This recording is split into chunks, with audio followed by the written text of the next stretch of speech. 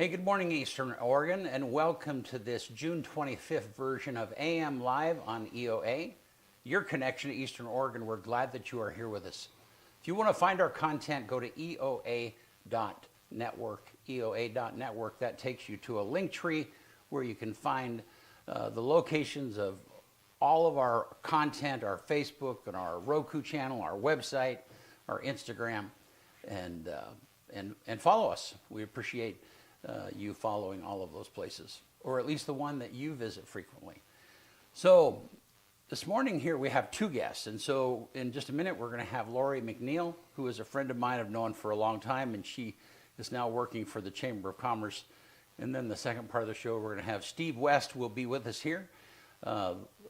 Steve West has had a show on the Outdoor Channel called Steve's Outdoor Adventures for the last many years, and he'll be talking to us about some of his newest local adventures. So, how are you, man? Good. It's first Friday. Yeah. Almost to the weekend. It's going to be crappy this weekend, though. It's going to rain. Yeah. I guess that's kind of good, but it's not good when you like being outside. Yeah. Yeah.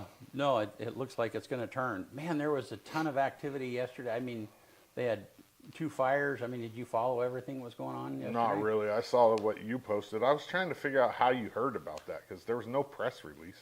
No, what happened was I had just pulled into the alley, and then like five emergency vehicles go by the front of our office. It was an ambulance chaser. It was like, Oh, wow. yeah. I mean, I'm not an ambulance chaser, but when it like happens, right? I mean, there was one time there was a car accident, a turned over car. It's like I can see it from where it's at. I can't not, So anyhow, so this is a funny story. So I go up the road. I mean, they're all going up the road, and so then a couple of cop cars. I get to that park. Is it Gandalf Park at the top of the thing? Oh, yeah, so it overlooks the baseball field. So I pull out that overlook to let a couple of other emergency vehicles go by me, and then the last sheriff's car pulls over and blocks the road. And so then of course I knew. I mean, we know those guys, and so I asked him what was going on, and so yeah, that's kind of how it. And then the crazy thing is then like 30 minutes later, here they all come back. I mean, all those same vehicles. I guess there was a fire. I guess Artie Mack or something. Yeah, and so yeah, it was a busy day yesterday. It's the truckers. They have no. You know how many people wreck on that corner? Yeah, you figure it out. Yeah, no. Well, so anyhow, yeah, there was lots of, but I mean, I think one of the reasons people are a little keyed up is that everything is so dry. I mean, there was I guess, anyhow, it doesn't matter. I mean, I like I said before, I think it needs to burn. As long as nobody gets hurt, let's just let it burn, and let's reset. You know what I mean? If you go up in the mountains, it's a mess up there. Well, I realize it's embarrassing. I realize that, but that's a whole nother. You have people's livelihoods in there. Like I said, as long as people don't get hurt. Yeah. Well, I mean, it's been mismanaged so bad that we got to do something. I mean, I don't see anybody up there cleaning it up. That's like taking gas and dumping it, on your house. Yeah. I mean, essentially, right? That's gas all over the mountains. If you go up there, like even just up the 500 road, there's trees down everywhere. There's an overabundance of fuel up there. Yeah. It's crazy. Yep. I know it. And what's funny is that seems normal because we're so used to it, and then you'll come across some managed property that is really well managed, Yeah, like when I was a kid. Yeah, and it'll look like a golf course almost because everything is so, anyhow. All right, well, hey, you want to do sports? Let's do it. All right.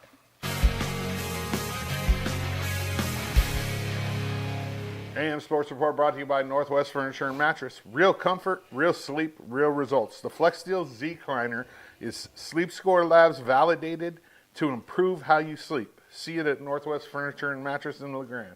Sleep like a log. I sat in one of those. Those things are comfortable, and they're made for it's FlexSteel, so it's made for it'll hold I'm a big dude, and it held me just fine. It's a comfortable chair. LeGrand Legacy Legion Baseball is in Walla Walla this weekend for the Walla Walla tournament. The 18U team will be playing, and then on next week on Wednesday, which is July 1st, they host Baker at 5 and at 7:30 right down here at Optimus. I wasn't expecting any more home games, but it looks like we're going to sneak in that Baker game, and then I think one more game the following week. I'll let you guys know as soon as I know for sure. But the younger team will go to Wallowa Valley at a time and location to be determined. So they don't know if they're playing it there in Enterprise, if they're playing it here, but we'll find out. Like I said, I'll let you guys know soon. Legion's kind of weird. The schedule just kind of develops as the summer goes, as you probably know if you've watched this show for any number of years. Legion's not exactly like, it's not like high school where you get a set schedule and say, this is what you're going to play. Congratulations to all the EOU athletes. They posted an overall GPA of 3.44 this year, which is exceptional. 75% of all the athletes at EOU were academic all-conference, which is another just exceptional number. That's pretty awesome, and so kudos to the admin and coaches and the athletes. Football's right around the corner, so let's take a look at this real fast.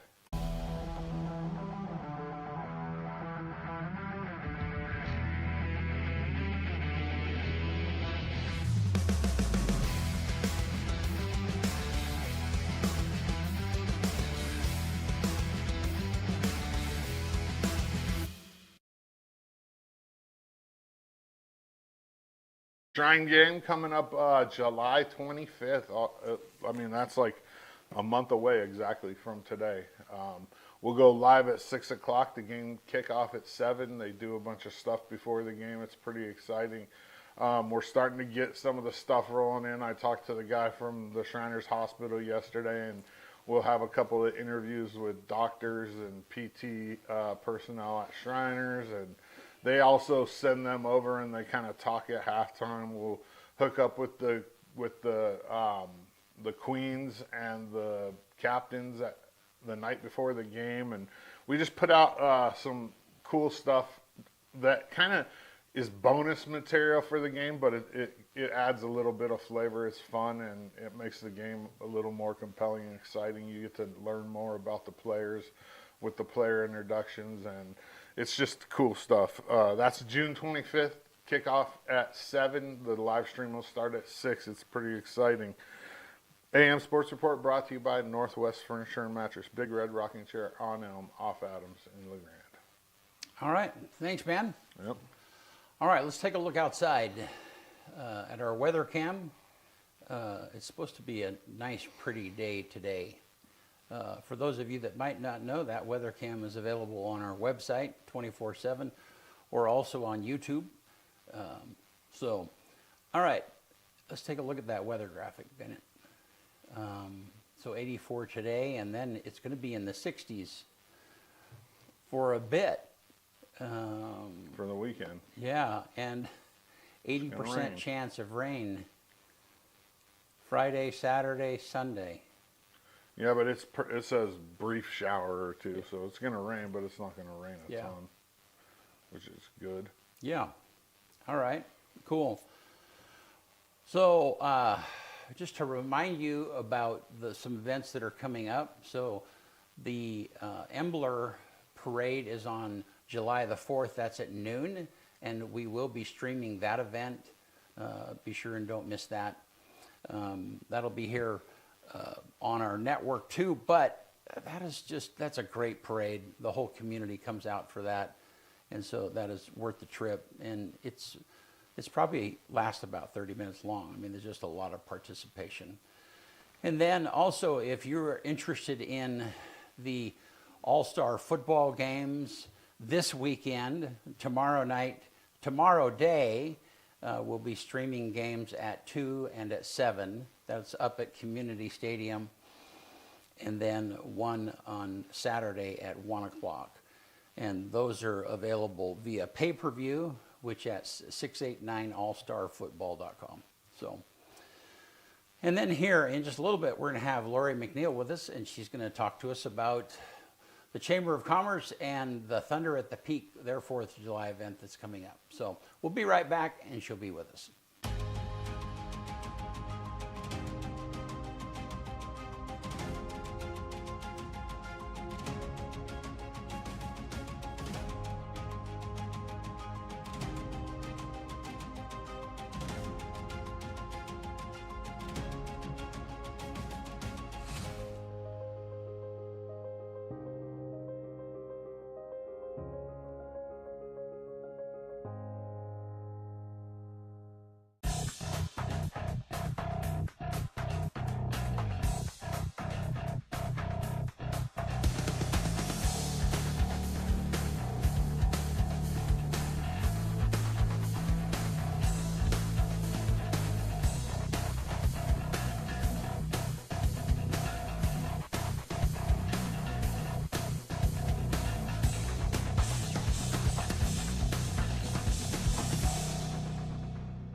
Eastern Oregon is full of interesting people, with interesting minds and interesting things to say. Here at EO Live, we're committed to connecting you to these intriguing people with EO Talks. We let our special guests share their ideas and life experiences with deep, open, engaging, and inquisitive conversations. You'll also be informed in depth on some of the most recent and relevant events, issues, and more. EO Talks on EO Live, your connection to Eastern Oregon, now on Roku. EO Live is your connection to Eastern Oregon. Tune in for a variety of engaging and relevant local content. See Brent and Dodsey goof and gab with local guests on EO Live's morning talk show, AM Live.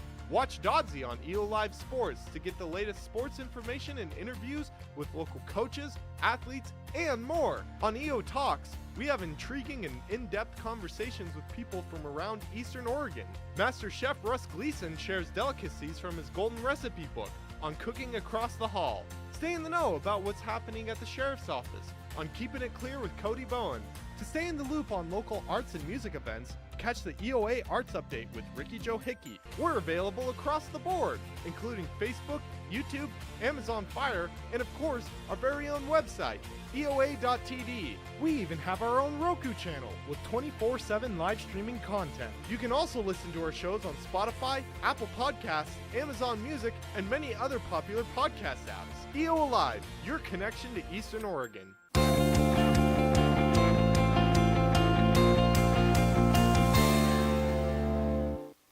All right, we're on with Lori McNeil. Hey, how are you? I'm great. How are you? Good, yeah, it's been a while. It has been. Yeah, and we intersected, how long ago has been? Has that been 8 or 10 years ago now? Time goes by fast. It's actually been since about 2016 Okay. when we very first met. Yeah, and you were Mrs. Oregon? I was Mrs. Eastern Oregon Okay. and then won the title, and I was Mrs. Oregon the second year. That's right, yeah. And we did, Will was working for me at the time, and we kind of did a video that talked about your life. Yeah. That was presented at that pageant. Yeah, at the state pageant. Yeah, yeah. Well, awesome. Well, I'm glad you're here. And Good to be here. you know, it's kind of funny because we have some of that footage of you walking through the forest and some of that stuff that you did. We've used that footage from time to time. I mean, we needed a clip of a teacher standing at a board, writing, and we right. so we've used some of that footage here and there as like B-roll. So you might see yourself, hey, that's me hiking, So, well, glad that you're here. So, what have you been up to since then? Since then, a lot of life has happened since we Yeah. first met. Yeah. I'm an international business strategist, so I've been traveling the world, helping businesses and communities thrive and re-strategize, and hosting different events and working with entrepreneurs all over. And now I'm working more locally for the Chamber of Commerce, of course. My son's in high school, and it's time to be more involved with all of his activities and things before he's officially gone to college. And so that's pretty much what prompted the change to go from international to local. Wow. Okay. And how old is your son? My son and his grade do not match. Right, okay, So he's 15, okay. but he actually is working on his college degree at the same time. So he will finish high school at the same time he finishes his AA. So he will actually be going on to his 4-year before he's 17. Huh. Isn't that crazy how students are able to do It's that? crazy. I didn't have that option. Right, yeah. When I was in school. So I'm pretty proud of him. He's doing pretty amazing. He actually just got back from a national state competition that he qualified for as well. So again, he's busy with a lot of amazing things. And as Yeah. a mom, I'm local to be more involved in the local business Yeah. as well as his life. Yeah. Well, and when I heard that you were hired, what's your position at the Chamber of Commerce? What do they call you? I'm the operations and programs director. Okay. And so tell me what you do. Have you figured that out yet? What you're Yeah, well, to some degree, I'm still figuring that Yeah. out. It's fast moving every day, and I love it. But basically, I work with events, I work with the membership, internal operations, of course. A lot of things that go on in the community. I'm a liaison on various, committees and different things, marketing efforts. There's a lot of different aspects to programs and operations. Yeah. When I was hired on, they did a lot of restructuring Yeah. at the chamber and consolidated some previous positions and things like that. And so to some degree, this position is somewhat new because of that consolidation. And so to your point, I actually am still trying to kind of craft what that looks like a little bit. Yeah, well, I mean, we're a small operation, so it's like, I get it, I mean, that's, you just, at some point, if the phone rings, it doesn't matter what your job is. No. Somebody's got to answer it, yeah. Yep. So, and the chamber gets a tremendous amount of walk-in traffic. We do. Yeah, because it's do. the tourism, it's the desert when people are looking, what should we do in LeGrand? I mean, that's the designated place for where they're supposed to go. So- Absolutely. So the office is open 8:30 to 4:30, and we get all kinds of people coming in. Local people that are maybe working on certain events or need help with their business, but then also people from literally all over the world. So that might have never been to Union County before, never been to Oregon before. So I have these really great conversations with people on a daily basis. And then we get people that are hosting various conventions, like the statewide Grange convention that just happened last weekend, where I helped them put together over 200 packets for people that are visiting all over the state. Yeah. So there's a variety of different people and different projects and different needs that walk through that door, both local and statewide and international. Yeah. Well, let's go back, because you're an Eastern Oregon kid. I mean, tell me give me your life story in a thumbnail before this point. Yeah. My life story in a few seconds. Yeah. So I am from Eastern Oregon. I've bounced all over Eastern Oregon, which also what makes my position at the chamber so fun, because I can help connect all kinds of dots for people Sure. that are wanting to stay in the area longer, because I've probably lived in those communities, worked in those communities, or have a lot of experience in our neighboring communities as well. Uh-huh. So that's one of the things that makes it really fun. But yeah, I went to high school up at Wallowa Lake in Joseph, and so I'm familiar with Wallowa County. And I, of course, now I live in Cove, but I'm currently living in Union County. Several years ago, when we first met, I lived in Baker County. So I really am an Eastern Oregon grown kid. Yeah. Well, and it's just such an important thing. I mean, as you know, for Eastern Oregon people, I mean, that concept of grow your own, you hope that they get trained and experienced, and then eventually they come back. I mean, and so that's certainly a win for Eastern Oregon and for us, for you to be back. So Glad to be back. yeah, thank you. So in your job, so what are you loving about what you're doing right now? I mean, if you could kind of circle that all down to Yeah. like, man, this is a lot of fun. Yeah, well, the thing about my personality and my skill set is that there's so many different things that I love to do, and the chamber really allows me to bring several different things together into one position, which is really fun. So I love people. I'm a people person, and so I love connecting with the people in the community and the different business leaders, and I love events.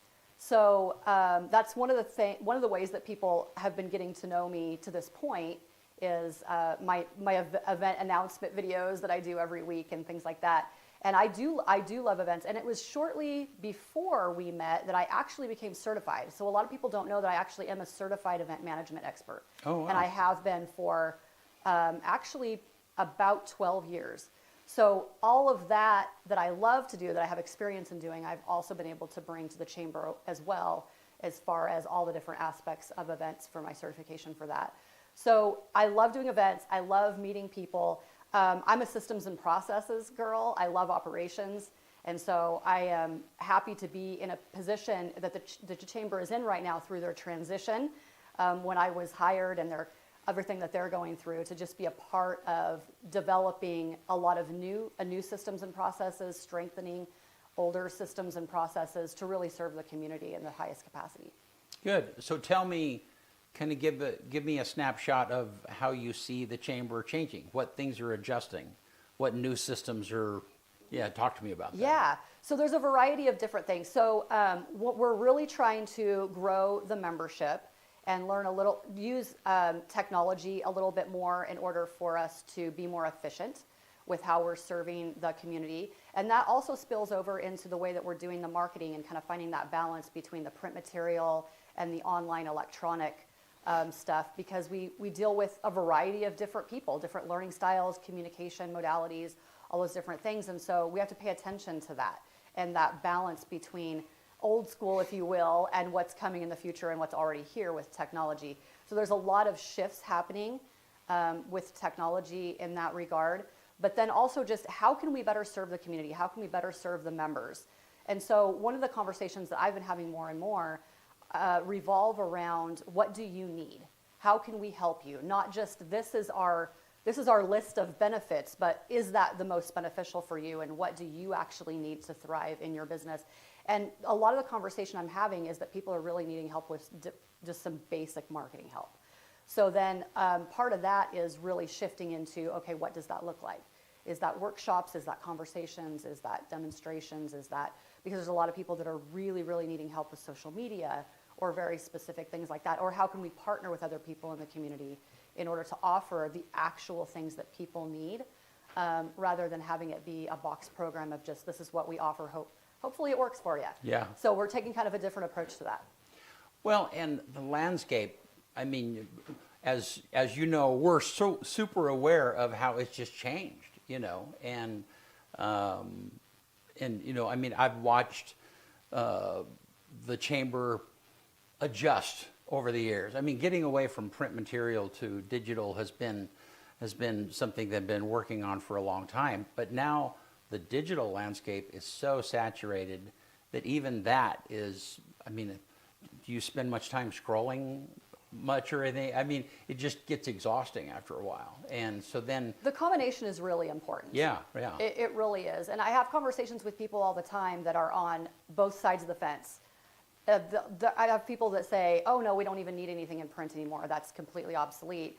And then of course the other people that are like, no, we still want to walk in the office. We still want to walk in the door and actually take a brochure or take a magazine.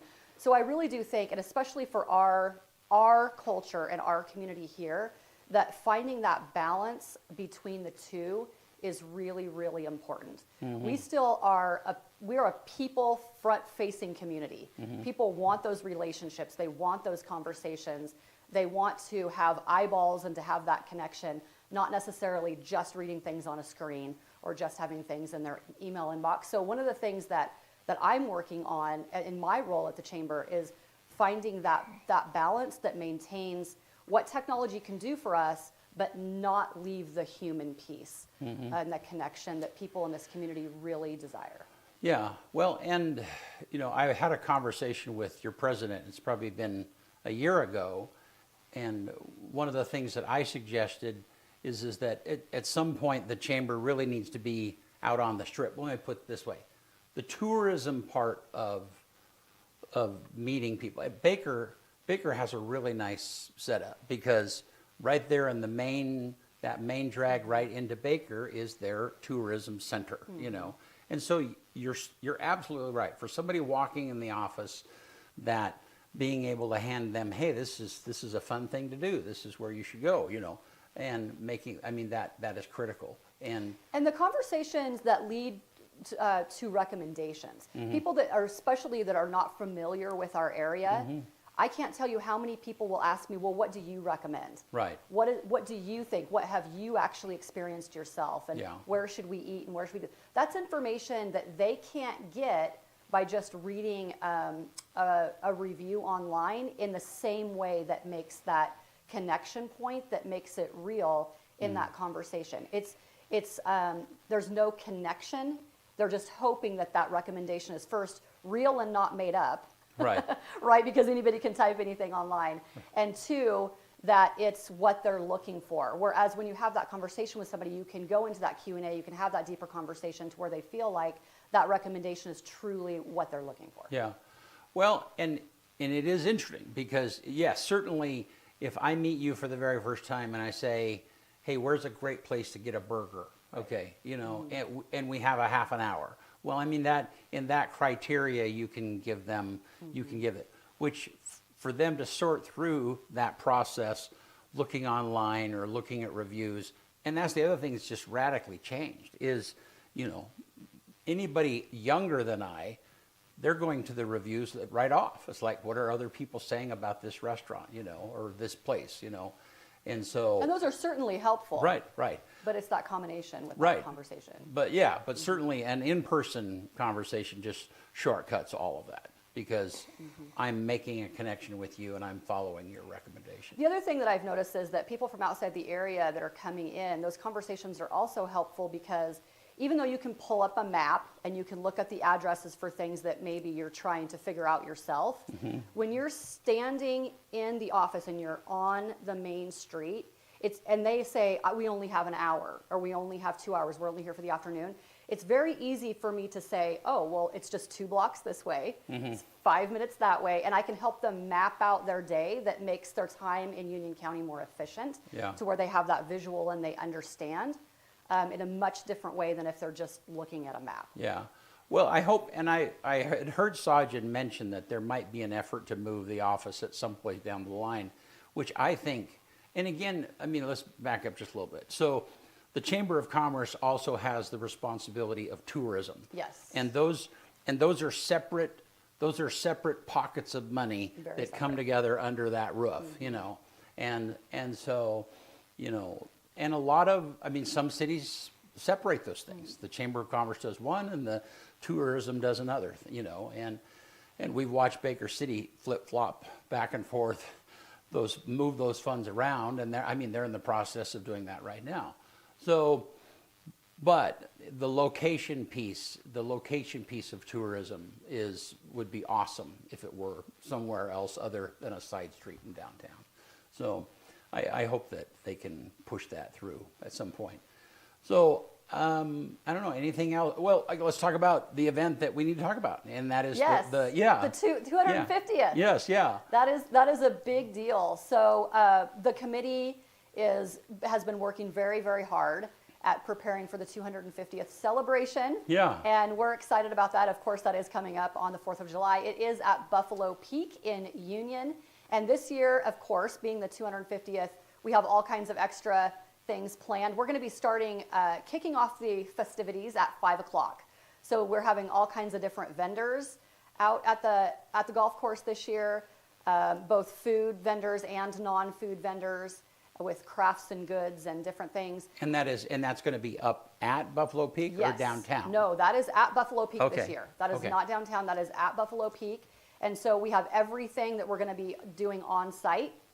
We have different games, different prizes, all kinds of fun things that are going to be happening between 5 and about 9:30 when the fireworks are going to start, and then special music and presentations and all kinds of fun things going on. So we're definitely making it bigger and better than ever this year. So if anyone would still like to participate in that, to be a vendor in that, to be one of our official sponsors, definitely contact the Chamber as soon as possible so we can add you to all of the official marketing and banners and all that good stuff. Yeah. So then the big thing is, where do people park and how do they get up there? Because that is a hike. if It is a little bit of a hike. We're in the process of trying to finalize some of those Okay. bus route schedules. Right, okay. But it's more than likely going to be either down at the Old West parking lot or possibly the livestock show. But we have a bus that's going to be taking people back and forth. Good, yeah, because we've been with that event for the last 5 or 6 years, and so we've kind of watched that. Now, and in the past, this is a new event for Chamber of Commerce. It is. This is Yeah, the first year. so talk about that a little bit. What has been happening before, and why does the Chamber of Commerce have it now? Yeah, well, I'm not exactly sure on the details before I Yeah. have been there because Yeah. I've only been there barely 4 months. Yeah. So I was definitely not a part of the planning prior to coming on board with the chamber. But it is my understanding that this is the very first year that they actually are taking the reins on that, which with it being the 250th, of course, that's an exciting opportunity. In the past, it has been other members, mostly Buffalo Peak, mostly other community members. And like you had alluded to, the vendors were down in town and they kind of had some things separated out. And so when the chamber took it on this year, they kind of consolidated everything in one location to try to make it kind of a one-stop shop, festivity opportunity for people to come and hang out longer, so that they didn't have to worry about transportation up there or how to Right. get to and from. So that's why at 5 o'clock, we're just starting everything before. So we've changed the schedule a little bit to make it hopefully easier for people to not have to worry about walking, transportation, parking, all those kind of things. And then included more people to be involved in the one location as well, instead of kind of spreading it out around the town. Yeah.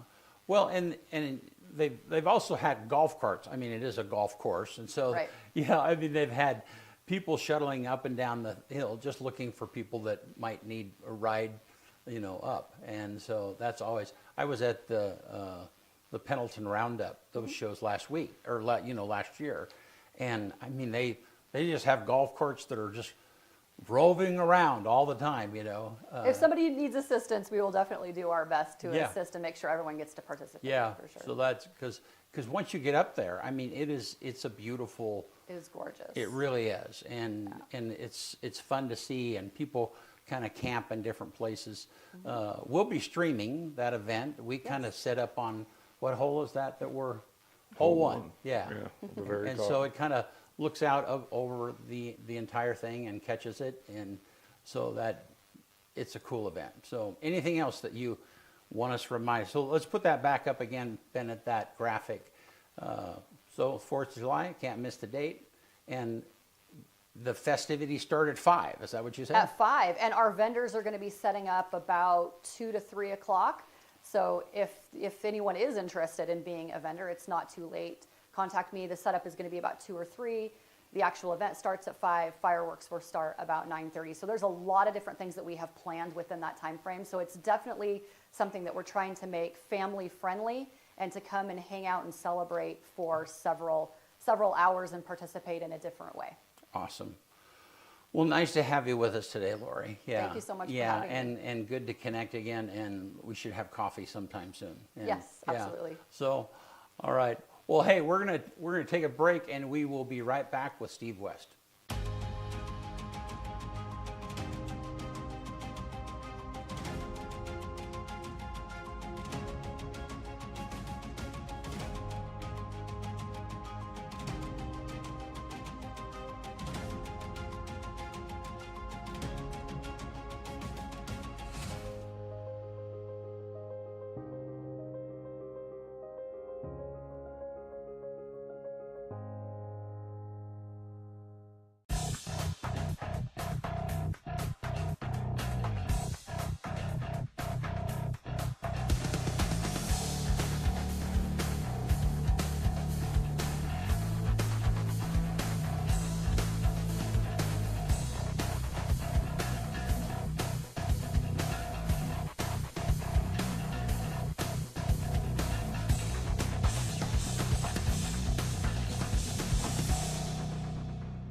Eastern Oregon is full of interesting people, with interesting minds and interesting things to say.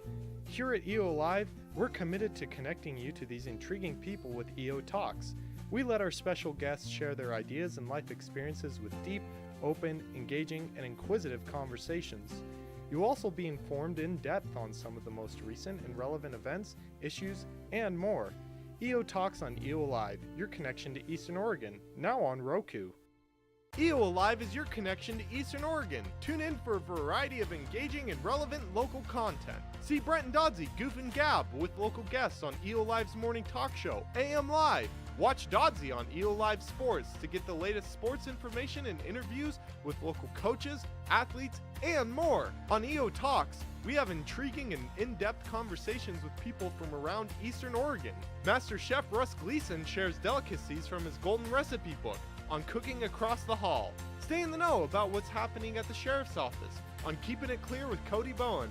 To stay in the loop on local arts and music events, catch the EOA Arts Update with Ricky Joe Hickey. We're available across the board, including Facebook, YouTube, Amazon Fire, and of course, our very own website, EOA.tv. We even have our own Roku channel with 24/7 live streaming content. You can also listen to our shows on Spotify, Apple Podcasts, Amazon Music, and many other popular podcast apps. EO Live, your connection to Eastern Oregon.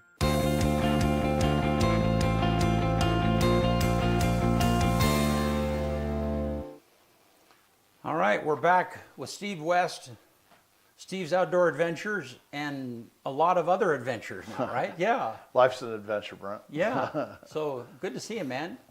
Yeah. Yeah, it's been a minute since I've been on the show with you. Right, yeah. And you and I mean, we got acquainted in the early parts of my business. Yeah. Over 20 I was still working out of the house, you know. Yeah, at it was that over time. 20 years ago, if I Yeah. remember right. Yeah. Yeah, that's kind of crazy. So Yeah. Well, this is season 25 for Steve's Outdoor Adventures. Been around for a minute. Yeah. Still airing 4 times a week on Sportsman Channel. Yeah. You know, it's been a wild ride, long time in the outdoor space. Yeah. So. And we play your episodes still. Yeah, I actually need to get you guys another batch of some newer episodes, some Good. new stuff. I'll have the boys round some up and upload them to you. We'll get you a link to download those. That would be awesome. So, Yeah. well, so tell me, catch me up to date. What are you doing? Yeah. There's a lot going on. Obviously, once again, season 25 of Steve's Outdoor Adventures got a new sponsor this year. We added Norma Precision or Norma USA. They've got a new line of hunting bullets that we're going to help promote. We're also loading them at our ammo company, Pendleton Ammunition. So got a lot of work going on there. A lot of people out there love to talk about IP-28. Are you familiar with IP-28? And is that the no no animal rodeos. thing? No animal. Like you won't even be able to have a mouse trap in your house or Yeah. no rodeos. There's going to be so much. It's just such a ridiculous bill. So here's your shocker on that one. I want it on the ballot. Oh, you do. So Yeah, that, I'm gonna well, it is going to be on the ballot, right? Well, I don't think it's certified yet. I've been really? told Okay. that, yeah, they're still kicking signatures. They collect a lot of bad signatures. I'd like to collect a bunch of good signatures, and I want it on the ballot. I want Oregon voters to have to vote on this one. Yeah. A lot of people won't agree with me on that, but I'm going to tell you why.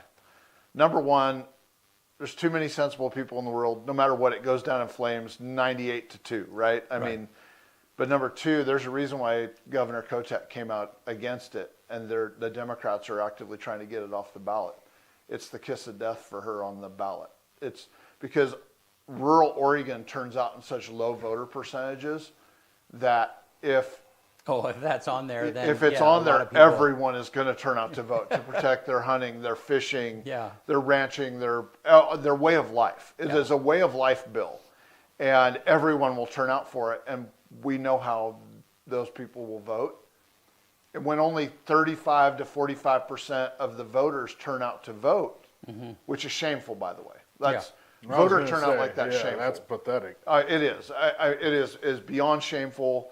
If you haven't been voting in all of these elections, shame on you. But I promise you this: if IP-28's on the bill, you're going to show up to vote. You're going to mail in your ballot, and Governor Kotek, who's a useless person sitting in that seat, she knows that she loses. And so I want IP-28 on the ballot to motivate people to do what is right, which is get out and vote and get it done. Yeah.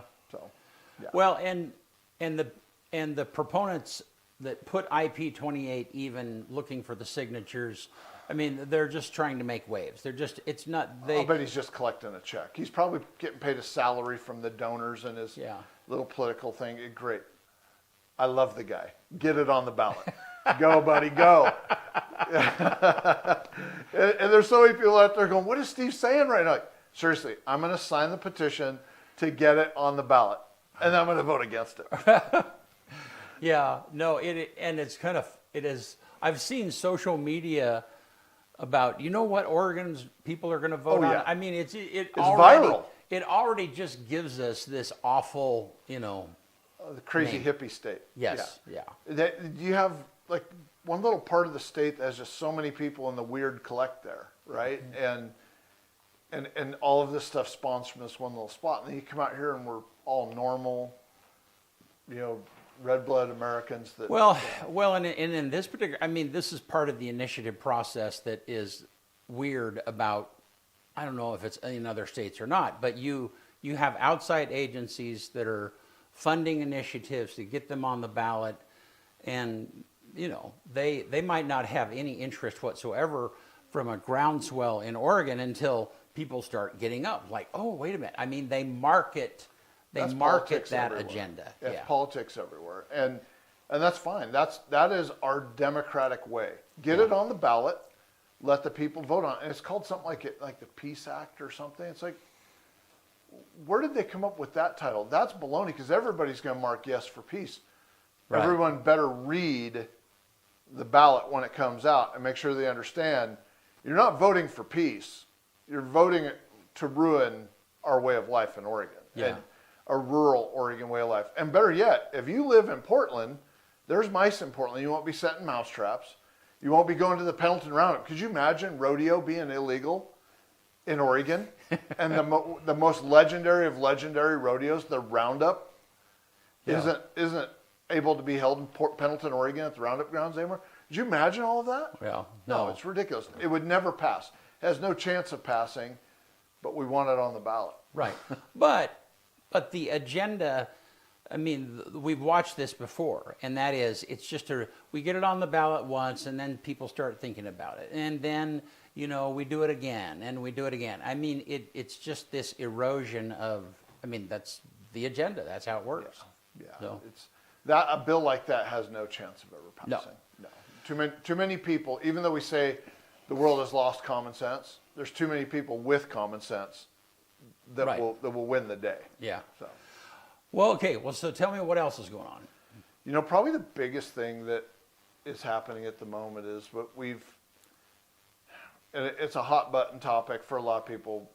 We're pursuing the mine application again, the Ponderosa, we call it Ponderosa Mine, or the Robs Hill Quarry. But I approached this far different than prior ownership did, the people who were running the applications in the past. First and foremost, the very first application that was ever submitted was basically kicked because it was an incomplete application. It was a horrible application. The people who are leading that effort should have never been hired to begin with, is a joke. And there was too much, just not enough good information out there, which allowed a lot of misinformation to go out. And then the second time around, they hired a different firm. That firm did a horrible job. Now, and who is they?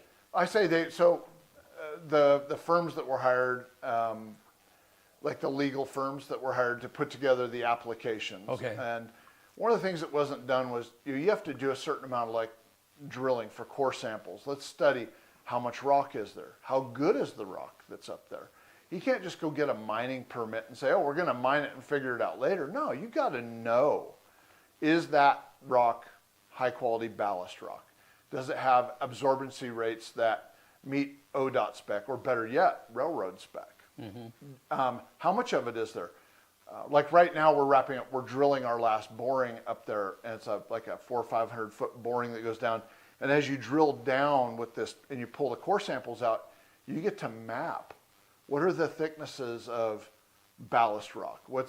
There's some stuff called like pillow, and then there's like other forms of rock that go through these layers over the millions of years of the history of Earth, right?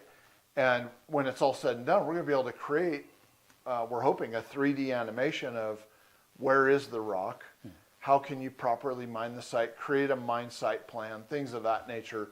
But more than anything, we're going to know what's there before we ever even make the application.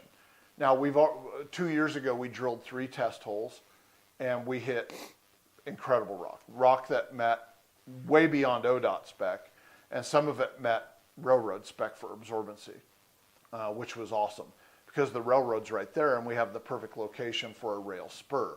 And ballast rock is in the highest of demand. So it's something that I want to pursue. I promised Jim Smackle before he passed, my longtime friend, that I would make it happen. I would get it done. And, and now as I fulfill the obligation to purchase the Ponderosa Ranch, take on the Ponderosa Mine, and do this, I've done so with a complete 180 from all prior efforts. Public transparency and outreach has been my priority. Going out and asking the questions, hey, what are your concerns? The amount of misinformation that was allowed to come out 6 years ago and stay in the public mind is mind-boggling. The conversations I've had made me wonder where it came from because it's that bad of information. But the only people that should be, I guess looked at for that is us. I shouldn't say us, but the people who are leading those projects. We should have had Q&A sessions. We should have been putting facts out there, but they kind of had a 1960s, 70s mentality of, oh, we'll just make application, the public won't find out. Internet and social media put the word out like that, and then that's how misinformation goes. And there's so many people out there now that just believe every meme they see, that everything that's on the internet is true. No, it's not, and so the ability to go out there with like a good public information campaign, question and answer sessions is critical, in my opinion, to the success of the project. So that's what I'm working on now. So let's zoom out just a little bit. So where is the mine rock quarry, Sure. and what's the difference between a mine and a rock quarry? Same. Okay. It's the same. It's a mining. It's basically aggregate mining. And so when you leave La Grande on I-84 heading west, and you enter the canyon, as soon as you make the corner, it's the mountainside on the right. Okay. And it is, it's just an open, bald rock hillside. Okay. The railroad tracks are at the bottom, on the right-hand side, or the north side of the interstate, and then the mountainside goes up from there.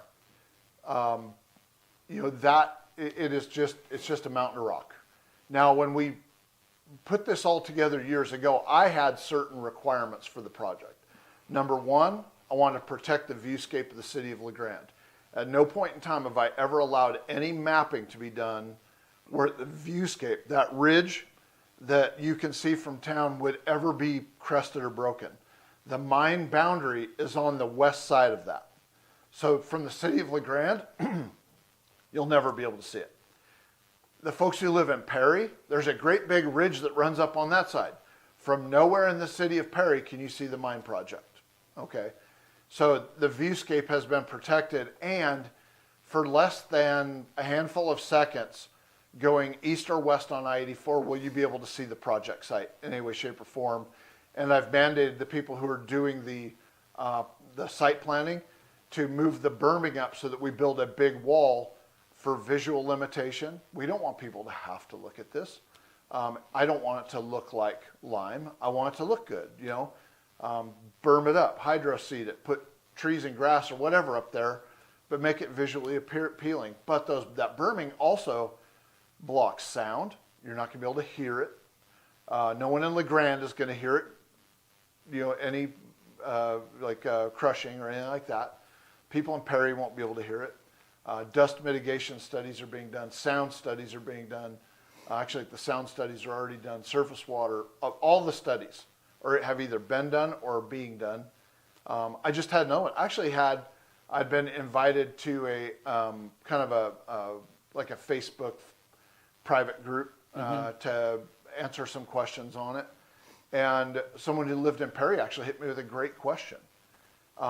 She sent me an article about Crick County, Oregon, and a quarry there that actually had like a water contamination issue. I didn't reply to that other than, hey, I think this is different. But you know what? Immediately, I reached out to our geologist and I was like, listen, here's the article. I want to know, am I going to contaminate anybody's water? Are we going to damage people's lives? He went up to the site. He looked. He was like, no.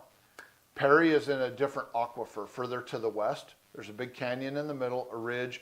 It's a different aquifer. It doesn't impact them in any way, shape, or form. I said, well, what about downstream? He said, ODOT and Rogers Asphalt, Hamptons, have their quarries on that side. And if anybody was going to have already contaminated someone, it would have been them. He said, you're a no issue with risk there. So I literally went to my expert the minute someone brought me a valid question. I don't want to call it a concern, but I guess a concern, but more along as a question. Hey, are you going to contaminate our water? I was like, no, I want to know. So, so I tried to take those steps. So why is this important? I mean, is this just a private adventure? Yep, private venture. Okay, yeah. Yeah. But it supplies, look, the world is built on ballast rock. Right, and so talk about that, because Yeah. a lot of people do not understand the significance. You drive on it every day. Right, The but they trains don't- run on it but they every don't day. get that, Buildings yeah. are built on it every day. The world does not build without rock. Okay. Okay? And good rock is hard to find. And good rock on a rail spur is really hard to find. Sure. This is the perfect location for logistics, for supplying massive quantities of rock to the world. Yeah. I mean, realistically, when you're on rail, you're not supplying LeGrand. This isn't a local need.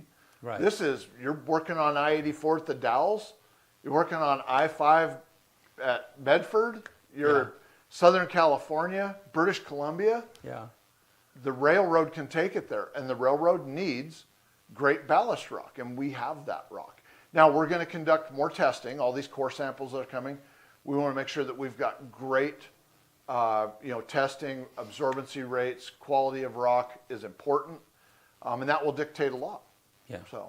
So, So what benefits do you hope will come to the community from this?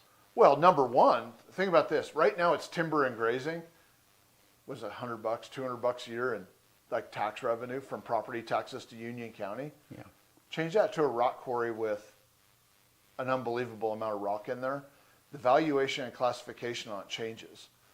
The tax benefit, the tax revenue to Union County of a rock quarry in that location, So explain that more. I don't know for the people who dollar don't amount. understand. Like, someone would have to come up and put that valuation on it, right? That's above my pay grade. Right. But when it changes classification and it becomes a high value commercial location, Right. you're talking about tens of thousands or hundreds of thousands. I don't know. Right. But it's way more than it is now. And in a world where we're looking for more revenue for our municipalities, whether it's a city, a county, a state, rather than raising someone else's taxes, you change the classification on this property, it's worth a lot more money. It generates a lot of tax revenue. Those are the things that pay for roads, road maintenance, your county road maintenance, good Lord, there's so much that the county needs money for that's ridiculous. Right, right. Yeah, these things don't happen for free. So, Right. So the person that you mentioned that passed, and you said, I really want to get, why was that important to him to get done? Why is it Jim important? Smackle? Yeah. Look, it's not lost on anybody that there's also financial gain here for myself, and the past ownership and whatnot. It's part of the purchasing of the land and all of that stuff. But it was kind of a legacy project. This is something that we worked on for a long time, and it was important to Jim on a personal level to finish what he started. And Jim owned... He owned the Ponderosa, Water Canyon, several ranches, properties throughout the state. He was a very successful man when it came to acquiring land. He was a dear friend of mine, a hunting buddy, mentor, a great timber man. He understood how to grow timber, log timber, and manage timberlands exceptionally well.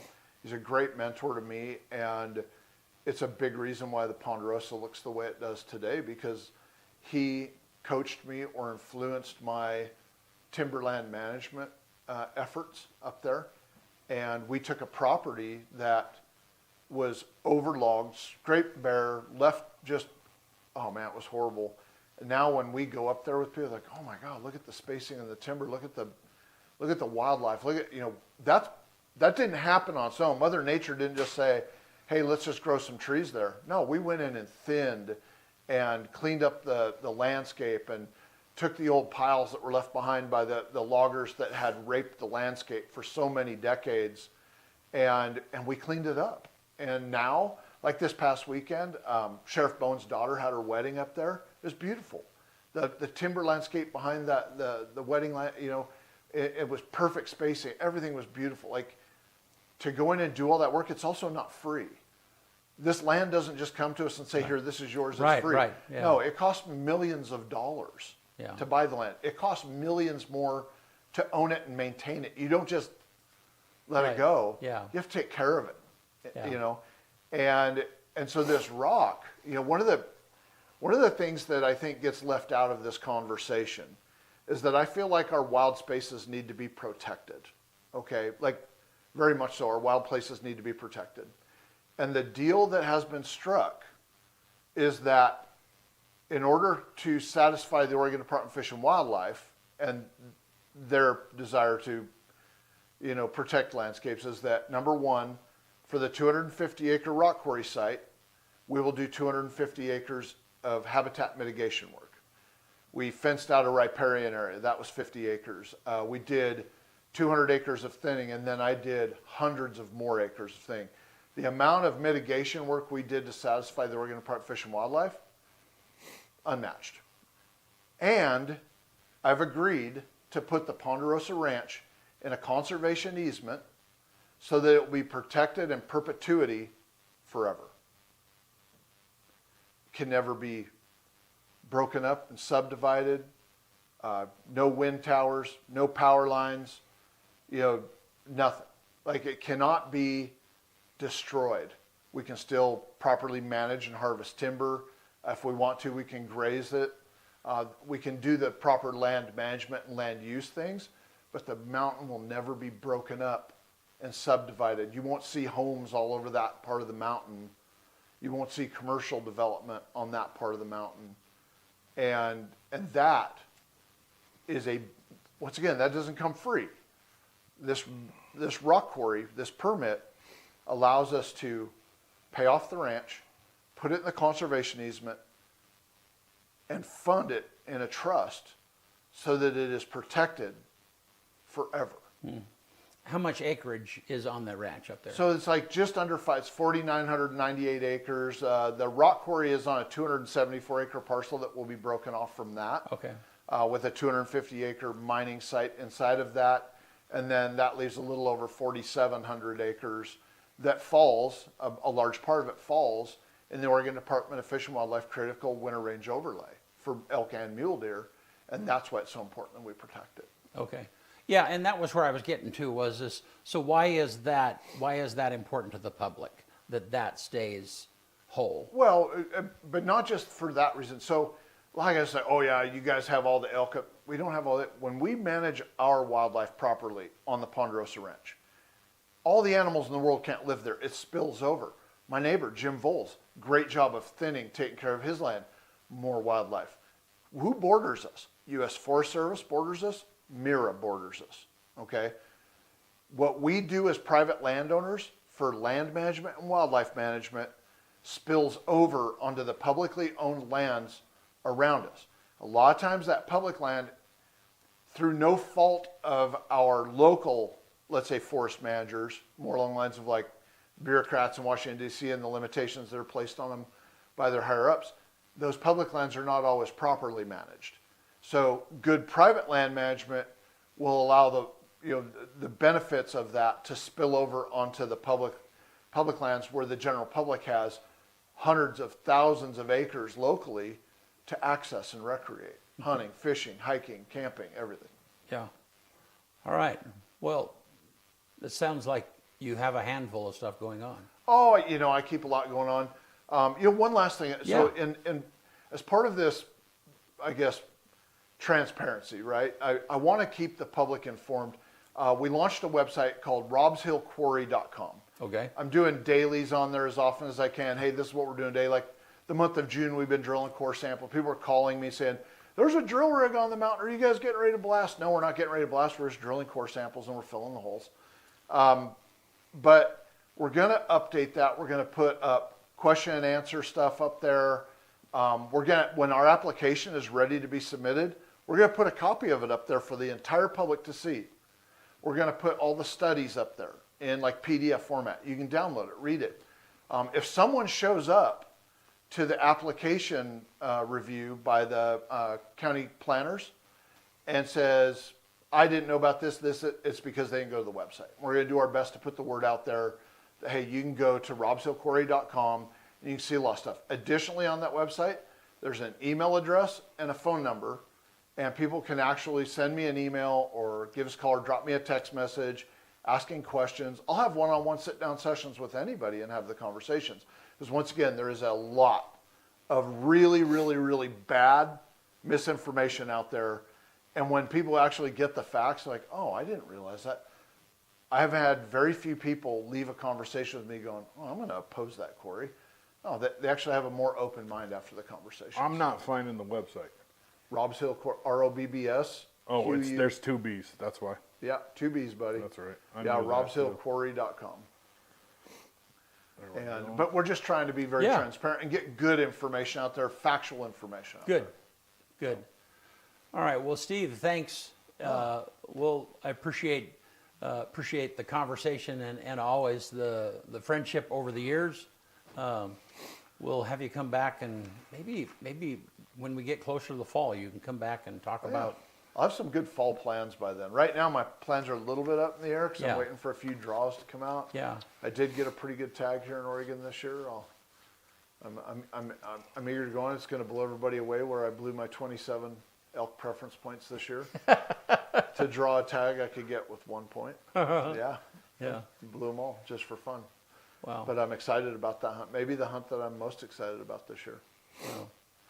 Awesome. Well, thanks again, guys, for having me. I appreciate your time this morning. Yeah, you bet. Want to get us out of here? Let's do it. On this day, June 25th, 1867, the first barbed wire is patented by Lucian Smith of Ohio. Lucian's an interesting name. You don't see that anymore. 1876, Battle of the Little Bighorn. U.S. 7th Cavalry under Major General George Armstrong Custer is wiped out by Sioux and Cheyenne warriors, led by Chiefs Crazy Horse and Sitting Bull in what becomes known as Custer's Last Stand. I feel like Custer sometimes on this Robs Hill Quarry deal. 1950, North Korea invades South Korea, beginning the Korean War on this day. 2021, new species of ancient human is announced after finding a massive fossilized skull, the Homo longi dragon man from northeast China. 2024, China's Chang'e 6 mission is the first to return samples from the far side of the moon, landing in its Inner Mongolia Autonomous Region, which is what we're about to do in, I think, 6 years. I think there's one more trip to the moon, a preparation trip, and then they're going to go land on the far side of the moon. The #1 song in America on this day, 25 years ago, Lady Marmalade by Christina Aguilera, Lil' Kim, Pink, and Maya. And the quote of the day comes from Marcus Tullius Cicero. Gratitude is not only the greatest of virtues, but the parent of all the others. One more time. Gratitude is not only the greatest of virtues, but the parent of all the others. Hey, one other event, June 25th, 2011, Walla Walla, Washington. 15 years ago, Dave married my wife. Happy anniversary, Jody. There you go. And I put your wedding video together. Yes, you did. So, all right. Hey, thanks you guys for being here. Appreciate it. We'll see you soon.